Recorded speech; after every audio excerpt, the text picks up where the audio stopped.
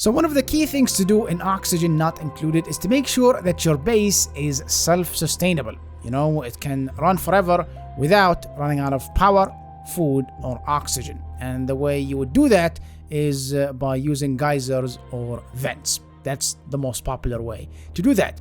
But what if you didn't have access to geysers or vents? Well, there are other ways. One is to use pips. Pips, they can wild plant plants, and wild planted plants, they don't consume resources. So that's an easy way to create a self-sustaining base. Another method is to use rocket exhaust. You capture steam coming out of rockets that keep going up and down, and you turn that steam into water, and once you have water, you can create a self-sustaining base.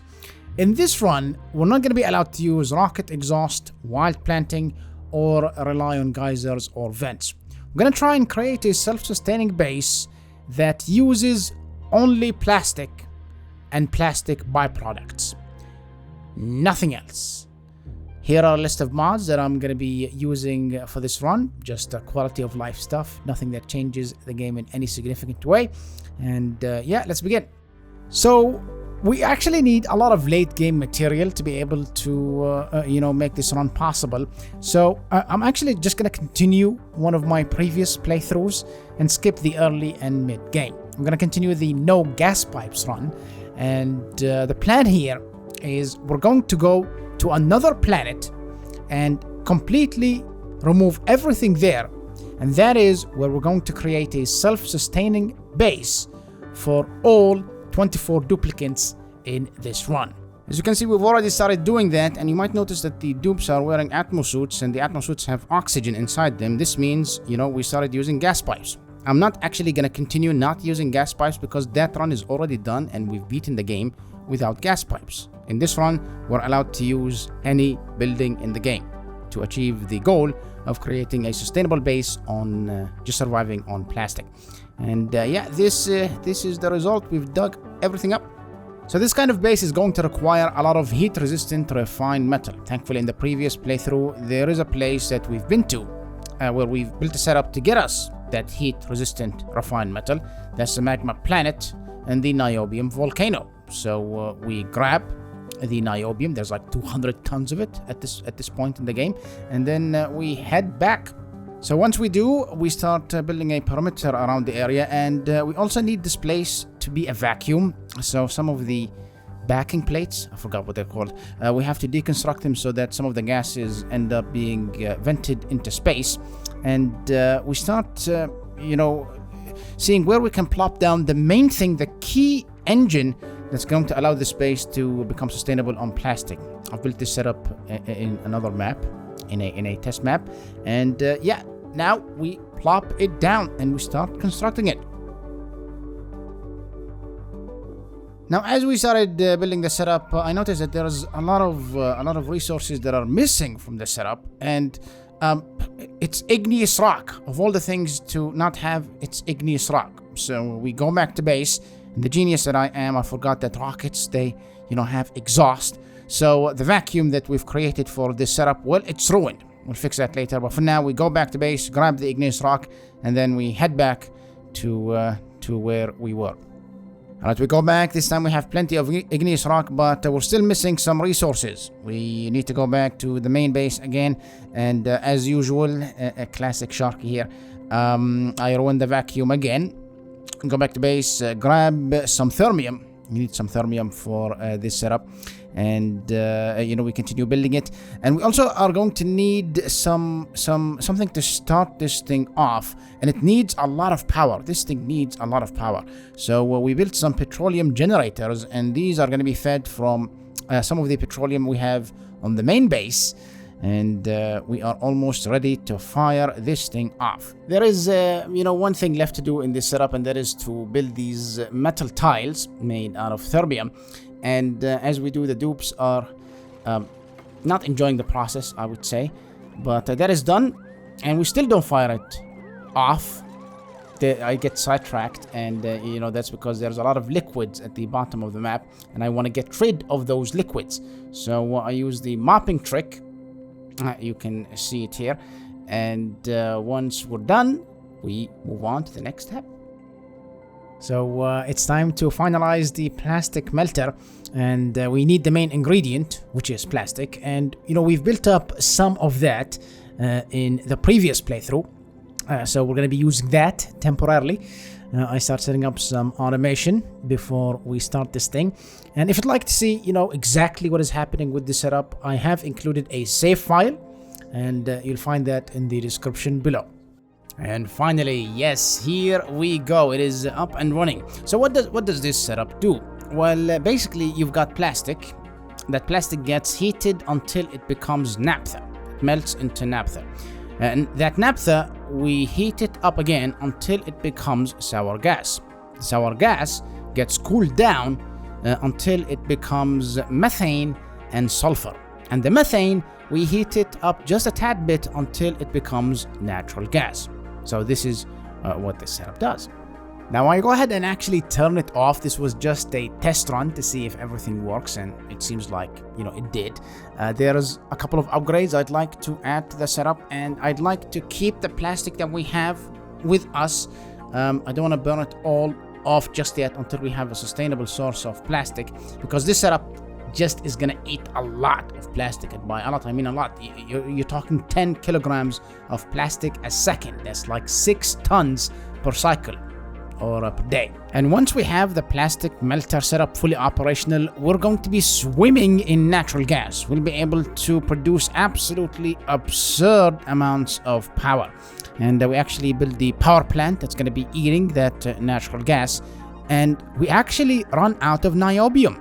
Each one of those natural gas generators requires something like 800 kilograms of metal.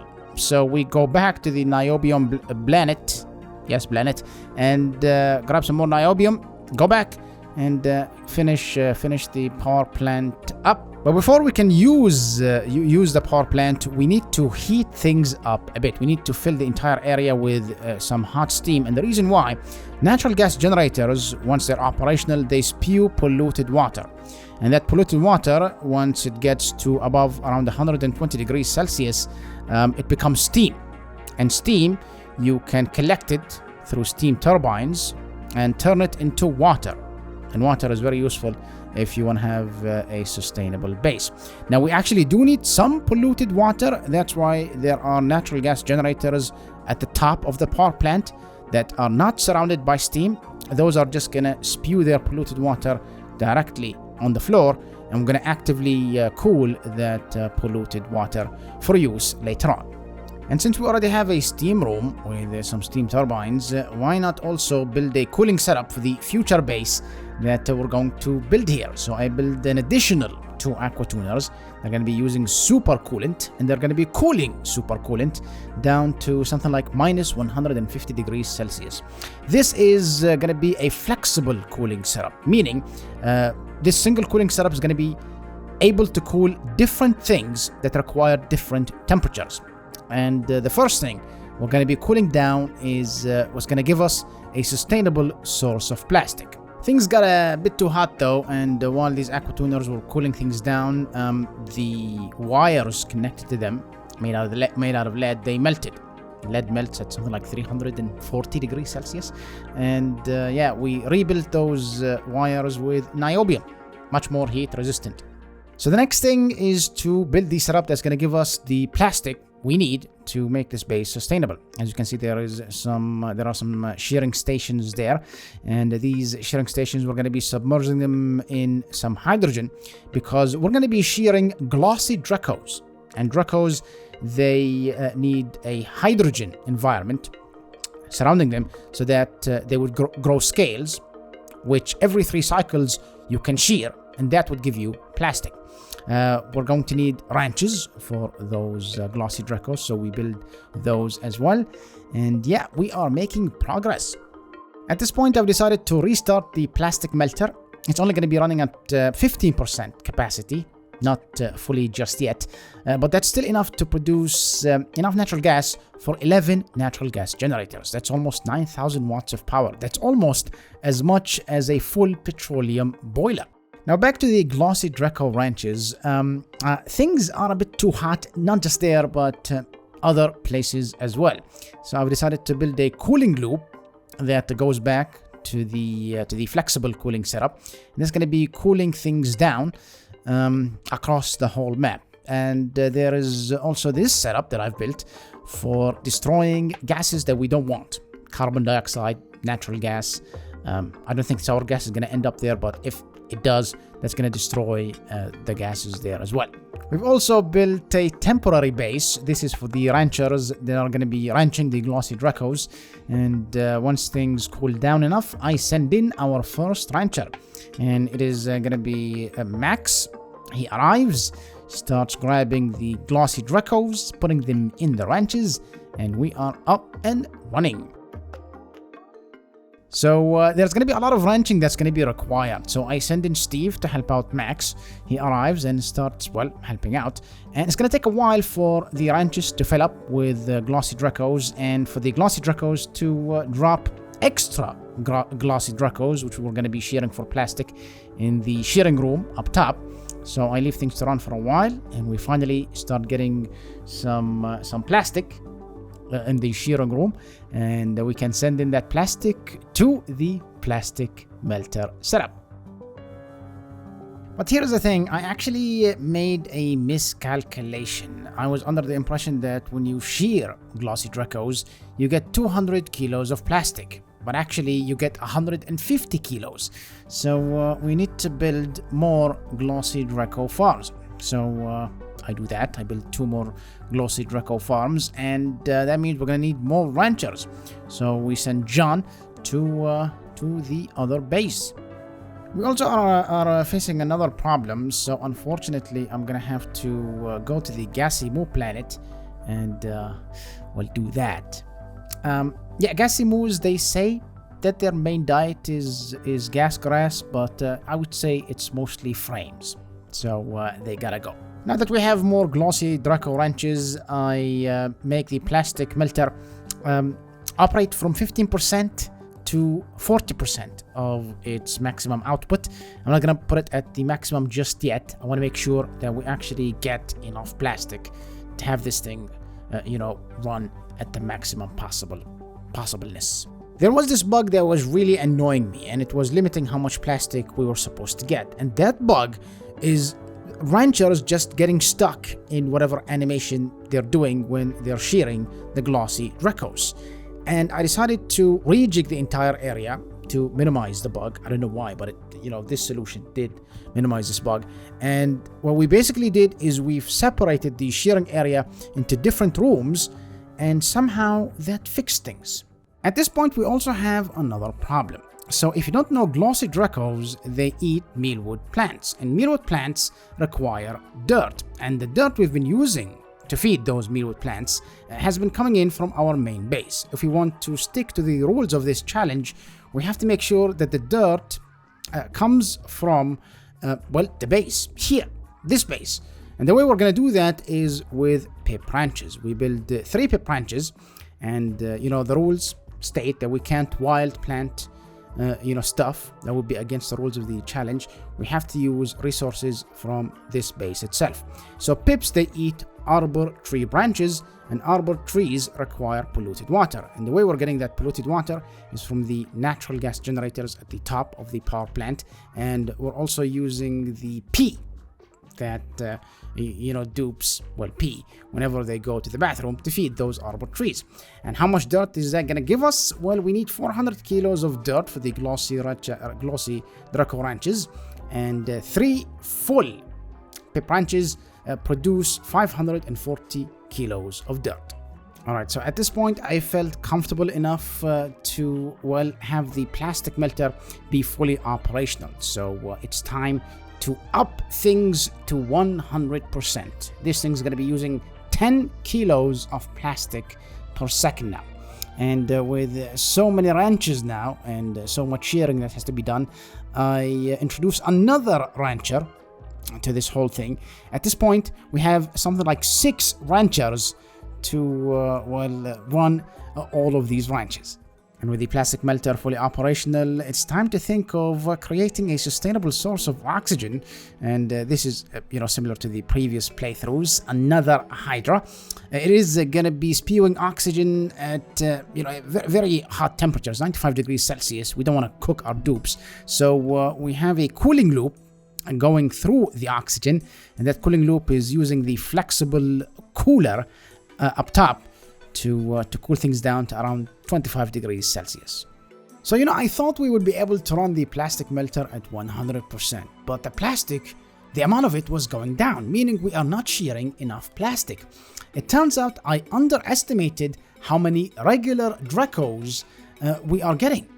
So if you don't know, Glossy Dracos, when they, come of breeding age, and they start dropping eggs, they have a 70% chance of dropping a Glossy Draco egg and a 30% chance of dropping a Draco egg. But as they eat mealwood over time, they are more likely to drop Glossy Draco eggs and less likely to drop Draco eggs. I thought, by like cycle 10 or 20, that's it, they would stop dropping regular Draco eggs. But they kept dropping regular Draco eggs all the way until the age of 100. So we were getting way more regular Dracos than usual, and regular Dracos, when you shear them, you get reed fiber, not plastic. So we introduced some hydrogen to the breeding Glossy Draco ranches, and that allowed us to, shear not only the Glossy Dracos on top, but also the Glossy Dracos in the breeding ranches. So now we are getting more plastic. So I leave things to run for a while to see if we are actually finally getting enough plastic, and we're not. For some reason, we're still not getting enough plastic. And, I come back to this disaster. There was too much naphtha in the system, caused some pressure damage, and destroyed some of the thermium tiles. So we built this conveyor shutoff that will shut off when we have too much naphtha in the system. Then we turn off the plastic melter, get in and fix the thermium tiles. We're going to need more plastic, and what I've decided to do here is that for 3 of the Glossy Draco ranches, we're going to have 1 more Glossy Draco than the maximum amount allowed. Usually you can only have 8 Glossy Dracos per ranch, but if you have a critter condo in there, you can add 1 more. And doing that means we're hopefully going to finally be getting enough plastic. Alright, so it's time to build the base. This is going to be the real base this time, the one that's going to house all 24 of our duplicants. So, bedrooms, a great hall, and we start working on the kitchen. So the kitchen, we want to vacuum out its contents and then fill it up with hydrogen.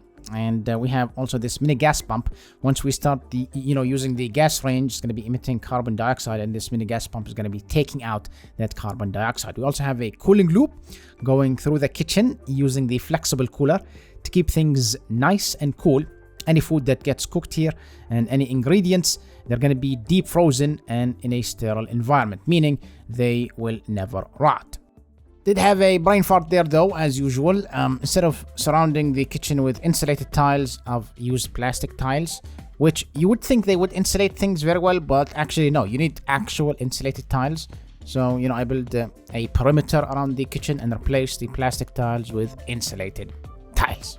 So now that we have the kitchen, ready, it's time to start thinking of the kind of food that we'd like to make in it. We started making barbecue, but I'd like all 24 of our dupes to have a high quality food. And the one we're going to be making is pepper bread, a great quality food. It requires 2 things, sleet wheat and pincha pepper nuts. Sleet wheat requires a cold area, also requires water and dirt. So we build a farm on top of the kitchen, and we're going to be using the same cooling loop, cooling the kitchen to cool down the sleet wheat. As for pincha pepper nuts, they require a warmish area, phosphorite, and polluted water. The heat can be easily provided with a liquid tepidizer. Now you might look at these farms and think they look kind of small for, feeding 24 dupes on just pepper bread. And you'd be right if we just planted regular sleet wheat and pincha pepper nuts. But we're going to be doing a couple of things. One, we're going to be making fertilizer, which requires phosphorite, polluted water, and dirt. And the second thing, we're going to be using the exuberant kind of seeds. We already have exuberant sleetweed from our previous playthrough, and I've been blasting pincha pepper nuts with radiation for hundreds of cycles, and we ended up with 3 exuberant pincha pepper nuts. We actually only need 2, and with those we actually have farms that are effectively 8 times larger than regular farms. The fertilizer speeds things up by 100%, and the exuberant kinds of seeds, they grow 400% times faster. And by doing that, these 2 small farms, they're going to eventually feed a colony of 24 duplicants.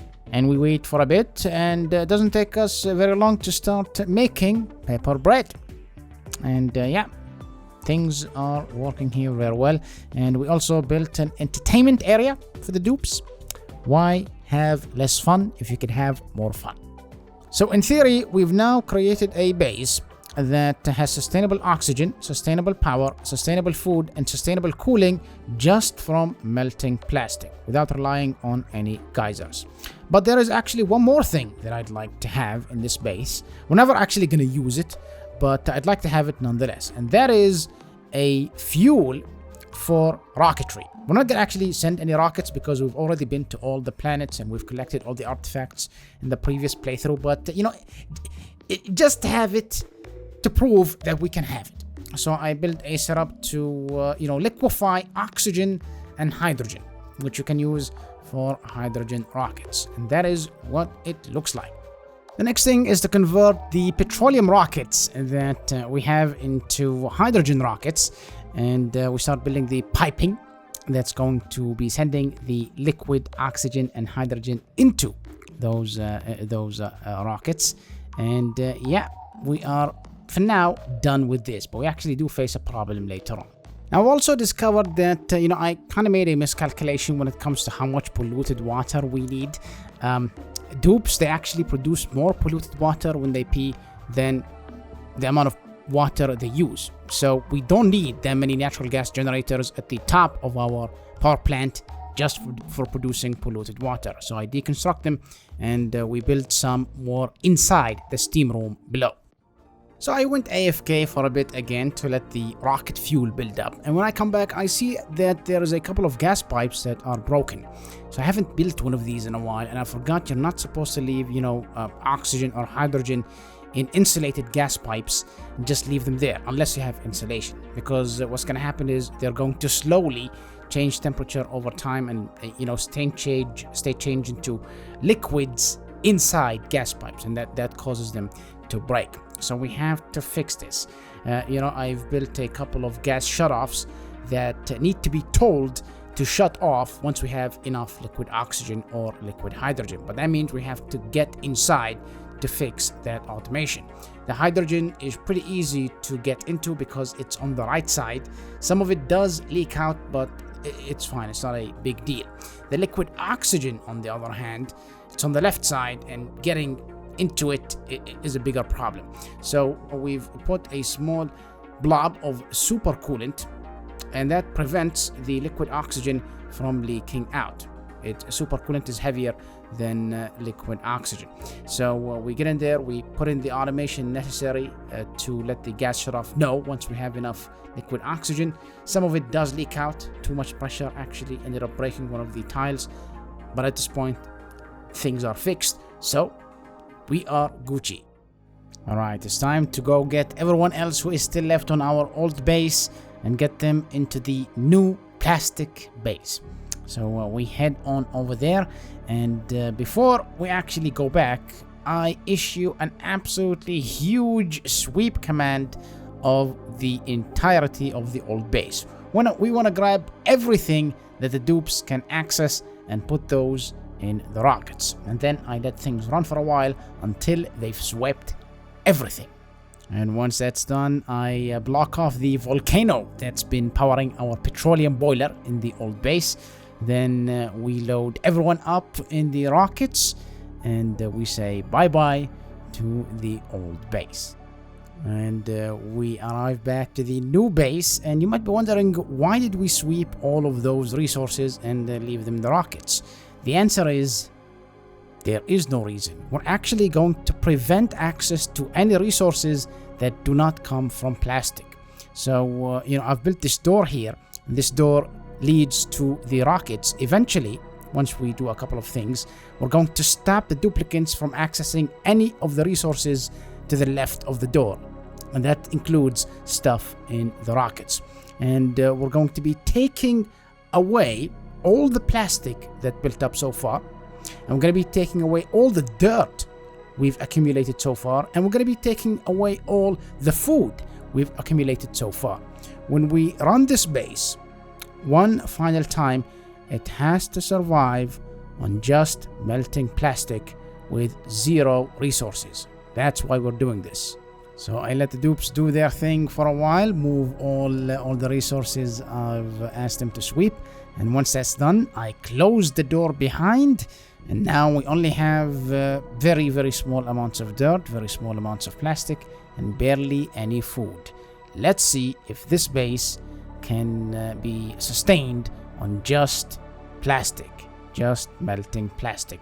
So it's time to run things for a long while. And there we go. More than 300 cycles later, everything is working just fine. The dirt is going up, the plastic is going up. It actually went up way higher than what I expected, so I guess we overbuilt things, which is not bad in this case. And you can see that there is some broken stuff here, but none of that is on the new base. All of that is in the old base. Let's see what is broken. A ladder. Ladder is okay. Anything else? Some pipes and some rocket platform on a planet that we are not on. So we are okay. I will say though, there is one thing that I've built after I've left things running. It is this ethanol distiller. We have some excess wood and the dirt was very, very, very slightly going down. So I decided to take the excess wood, turn it into ethanol, dump the ethanol into outer space, and then the polluted dirt we get from the ethanol distiller, we turn it into not fertilizer, we turn it into dirt using this compost. So before I end the run, let me just summarize how exactly does this base survive on just plastic and nothing else. How is it sustainable on just plastic? Well, the whole thing obviously begins with plastic. So we have around 10 kilograms a second of plastic going through the plastic melter, and eventually that becomes 6.7 kilograms of natural gas a second and 3.3 kilograms of sulfur a second. And before I tell you what we do with the natural gas, let me just clarify that this thing is not exactly entirely my design. So the plastic melter portion, this is, I've designed that. But the naphtha boiler or the sour gas boiler, I've seen this in a Francis Jones video like years ago, so it's inspired by it. Love Francis Jones videos. He's the guy who got me into Oxygen Not Included. Not sure if I should thank him or do something else. Anyway, we have the natural gas flowing, and this natural gas, 6.7 kilograms a second, is enough to power around 74 natural gas generators. A lot of natural gas generators, and that produces around 5 kilograms a second of polluted water. And most of that, because the natural gas generators are very hot, becomes steam immediately. Most of it. Some of it does become polluted water.